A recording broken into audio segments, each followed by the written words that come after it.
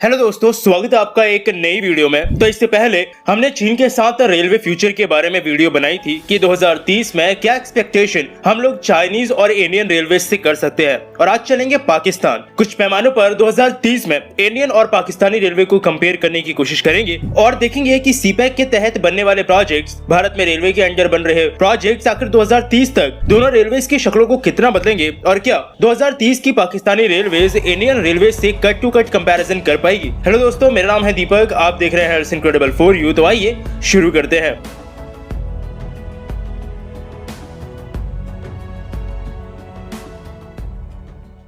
तो यहाँ पर एक चीज पहले ही मैं मेंशन कर दूं कि हम लोग कुछ पॉइंट्स पर ही बात करेंगे। मैंने कुछ पॉइंट्स फ्यूचर रेलवे से रिलेटेड निकाल कर रखे हैं जिन्हें ही हम लोग यहाँ पर कंपेयर करेंगे। चलिए शुरुआत करेंगे पहले पॉइंट से, जो कि है फ्रेट कॉरिडोर। तो फ्रेट कॉरिडोर जैसा इनका नाम बताता है, ये डेडिकेटेड कॉरिडोर्स होते हैं जिनसे सामान रेलवे के थ्रू यानी मालगाड़ियां एक जगह से दूसरी जगह तक ले जा सकती हैं। इनका फायदा ये होता है कि क्योंकि ये डेडिकेटेड कॉरिडोर्स बनाए जाते हैं, इसलिए मालगाड़ियों को कभी भी सेम ट्रैक्स जो पैसेंजर ट्रेन इस्तेमाल करती हैं उन्हें यूज करने की जरूरत नहीं होती, जिससे जल्दी सामान को पहुंचाया जा सकता है। और इंडियन रेलवेज को इनकी जरूरत पहले से ही दिखने लगी थी, जिस वजह से इंडियन रेलवेज ने इस पर काम करना भी शुरू कर दिया था। इस वक्त दो कॉरिडोर्स, ईस्टर्न और वेस्टर्न डेडिकेटेड फ्रेट कॉरिडोर, वो मेन कॉरिडोर्स हैं जिनमें काम हो रहा है और आपने इनके बारे में कहीं ना कहीं तो सुना ही होगा। लेकिन इनके अलावा कुछ और कॉरिडोर्स भी हैं जो कि 2021-22 के बजट में ही अनाउंस किए गए हैं, जैसे east west dedicated freight corridor, north south dedicated freight सब कॉरिडोर। यानी ये वो कॉरिडोर्स हैं जिनमें इस वक्त प्लानिंग चल रही है और 2030 के आसपास तक ही काम शायद हो पाएगा।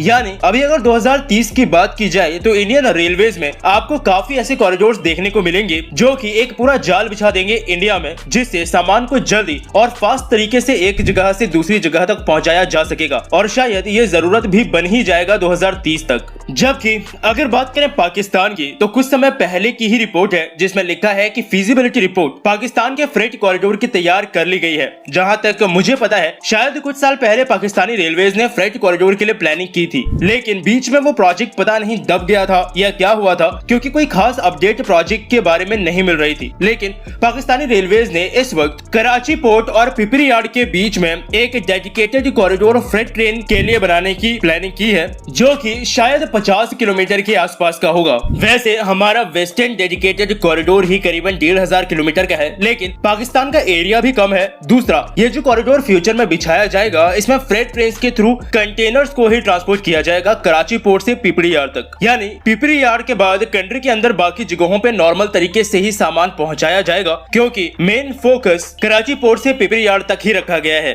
इसके अलावा तो शायद ऐसा कोई बिल्कुल रिसेंट अपडेट नहीं है पाकिस्तान के अंदर किसी फ्रेट कॉरिडोर का। यहाँ पर हम इंटरनेशनल कॉरिडोर्स नहीं इंक्लूड करेंगे, क्योंकि टर्की से पाकिस्तान तक भी वैसे एक फ्रेट कॉरिडोर की बात थी, लेकिन पाकिस्तान के अंदर ही चल रहे फ्यूचर के फ्रेट कॉरिडोर्स को इंक्लूड किया जाएगा। बाकी और अगर कोई भी ऐसा फ्रेट कॉरिडोर हो या उसकी प्लानिंग हो तो कोई पाकिस्तान से नीचे कमेंट सेक्शन में जरूर बताइएगा। चलिए फ्रेट कॉरिडोर के बाद अभी बात करते हैं 2030 तक के नॉर्मल डेवलपमेंट की कि कौन कौन सी चीजें आपको होती हुई दिखेंगी दोनों रेलवेज में। सबसे पहली चीज जिसमें आपको फर्क दिख सकता है 2030 में इंडियन रेलवे और पाकिस्तानी रेलवेज में, वो है इलेक्ट्रिफिकेशन। इंडियन रेलवेज ने टारगेट रखा है कि 2030 तक 100% इलेक्ट्रिफिकेशन कंप्लीट करना है इंडियन रेलवेज का, ताकि ट्रेन्स इलेक्ट्रिसिटी की मदद से चल सके। वैसे ट्रेन्स आज भी इलेक्ट्रिसिटी से ही चल रही हैं इंडियन रेलवेज में काफी सारी, लेकिन 2030 तक इसको 100% करने का टारगेट रखा गया है। जबकि पाकिस्तानी रेलवेज की बात की जाए तो लाहौर खानेवाल सेक्शन के बीच में एक छोटे से एरिया को इलेक्ट्रीफाई किया गया था काफी पहले, लेकिन इलेक्ट्रिफिकेशन को जल्द ही बंद कर दिया गया और ये बात भी काफी पहले की है, लगभग 2011 की।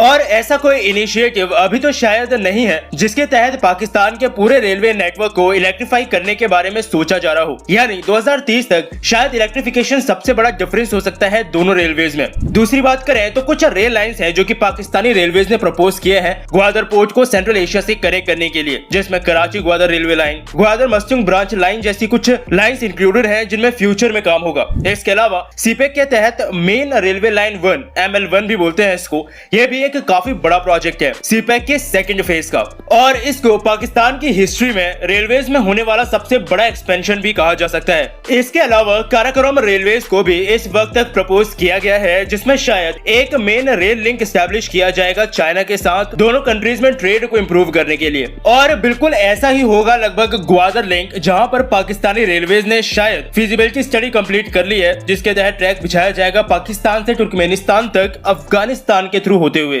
वहीं इसी से रिलेटेड बात करें भारत की, तो 100% इलेक्ट्रिफिकेशन के साथ सोलर पावर ट्रेन पर भी काम हो रहा है, जिसमें सोलर पैनल्स ट्रेन के ऊपर ही लगाए जाते हैं और काफी एनर्जी सोलर पैनल्स की मदद से ही ट्रेन को मिलती है। इसके अलावा इंडियन रेलवेज ये प्लानिंग भी कर रही है कि प्राइवेट फर्म से इन्वेस्टमेंट लाया जाए ताकि उससे पैसेंजर ट्रेन को ऑपरेट किया जा सके। मिनिस्ट्री ऑफ रेलवेज ने इसके लिए करीबन 109 रूट्स को आइडेंटिफाई किया है, जहां पर प्राइवेट कंपनीज को बोला गया है उनके इंटरेस्ट को दिखाने के लिए। इसके अलावा 2030 तक जो चीजों में इंप्रूवमेंट देखने को मिल सकता है वो है कनेक्टिविटी। अब क्योंकि इंडिया काफी बड़ा है, इसलिए एक्सट्रीम जगहों पर जैसे लद्दाख, कश्मीर, नॉर्थ ईस्ट, इन जगहों तक कनेक्टिविटी पहुंचाना काफी हद तक डिफिकल्ट ही रहता था, जो कि इस वक्त अब अच्छे से किया जा रहा है। यानी कनेक्टिविटी का भी एक काफी अच्छा डेवलपमेंट आपको 2030 तक भारतीय रेलवे में देखने को मिल जाएगा। चलिए अभी बात करते हैं अगली चीज की, जो कि है हाई स्पीड रेलवे। भारत में हाई स्पीड रेलवे के बारे में आपको पहले ही मैं काफी वीडियोस में बता चुका हूं, जो कि शायद अब इतना इंपॉर्टेंट नहीं है कि उन सब को वापस से कवर किया जाए।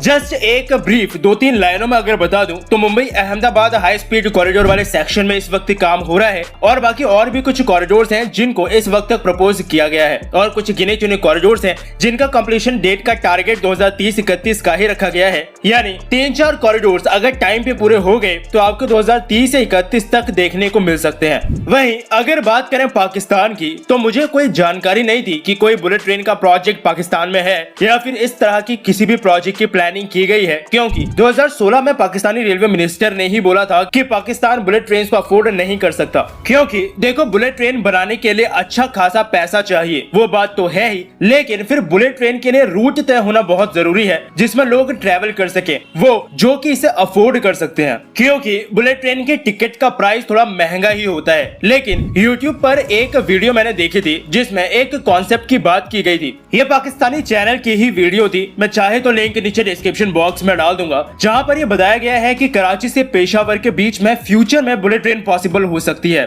जिसकी टोटल लेंथ अभी के समय में एस्टिमेट की गई है अराउंड 1872 किलोमीटर्स। यानी अगर इस रूट को देखा जाए तो ये शायद इंडिया के पहले हाई स्पीड कॉरिडोर से भी बड़ा है, क्योंकि हमारा तो शायद प्रपोज होते वक्त भी इतना बड़ा नहीं था। लेकिन मेन चीज ये है कि ये शायद अभी सिर्फ एक प्लान है, जो फ्यूचर में कैसे कब एग्जीक्यूट होगा इसकी कोई अभी प्रॉपर जानकारी और गारंटी नहीं है, क्योंकि बुलेट ट्रेन जैसे प्रोजेक्ट को देश में लाने के लिए काफी सारी चीजों की जरूरत पड़ती है। बाकी ये एक नॉर्मल अपडेट थी जो मैंने आप लोगों को दे दी। और आखिर में अगर बात करें मैगलेव या मेट्रो ट्रेन की, तो मैगलेव तो शायद इंडिया और पाकिस्तान दोनों में ही मुश्किल लग रही है। हाँ, पाकिस्तान में तो खैर कोई नामो निशान ही नहीं है मैगलेव के किसी प्रोजेक्ट का, लेकिन इंडिया में जरूर कॉन्सेप्ट लेकर आ रही है गवर्नमेंट कि मैगलेव को लेकर आया जाएगा, लेकिन पूरा होने तक कुछ कहना मुश्किल ही है, क्योंकि क्या ये प्रोजेक्ट कॉस्ट इफेक्टिव होगा? क्या सच में बुलेट ट्रेन तो हमारे पास आ ही रही है, मेट्रो काफी हद तक हमारी सब सिटीज को इंटरनली कनेक्ट करती है, और अगर कहीं नहीं भी है और जरूरत लग रही है तो 2030 तक वहां भी आ ही जाएगी, तो क्या सच में इतना एक्सपेंसिव प्रोजेक्ट की हमें जरूरत पड़ेगी? काफी सारे सवाल हैं जिनका जवाब शायद फ्यूचर ही देगा।